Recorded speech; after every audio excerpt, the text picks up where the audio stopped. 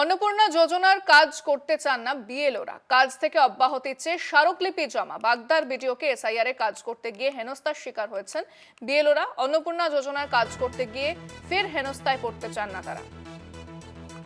অন্নপূর্ণা যোজনার কাজ করতে চান না বিএলওরা, কাজ থেকে অব্যাহতি চেয়ে স্মারকলিপি জমা বাগদার বিডিওকে।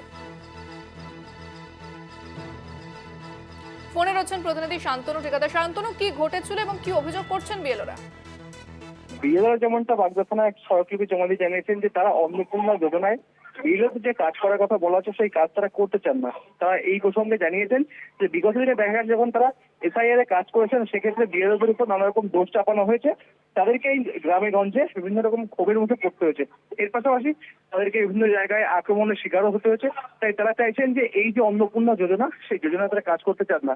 কারণ তারা বোঝাতে চাইছেন যে যদি আগামী দিনে কারো নাম বাদ যায় বা এক্ষেত্রে কোনো রকম কোনো অসুবিধা হয় সেক্ষেত্রে আবারও পুনরায় সেই বিরোধীদেরকে ক্ষোভের মুখে পড়তে হবে।